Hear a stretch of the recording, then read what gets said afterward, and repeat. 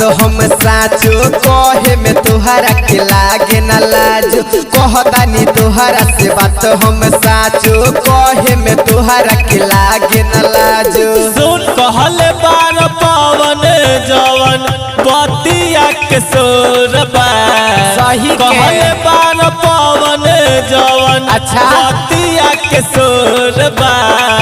सुन सुन रावण के न रहल बात तोहर कहवन जोर बा। अरे रावण के ना रहल बात तोहर कहवन जोर बा।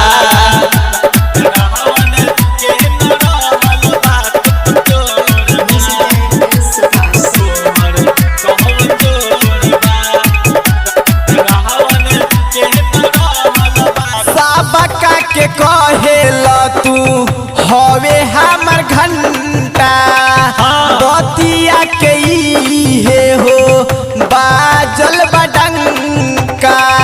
होश में आजो इहे बतिया पवन नाही साबका के भावे तोह से ज्यादा बिहार में नाम होखे सारी जी के बावे। समझ में आई भल छोट होके नहीं तोहरो से कम बा।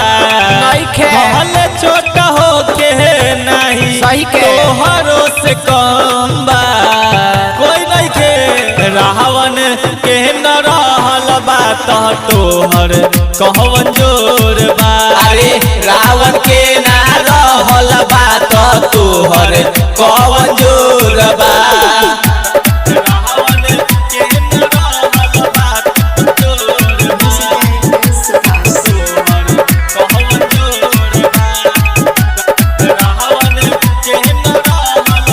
भाषा भोजपुरी के कर जनी नाश हो आपस में लड़ता रहब कब खास हो।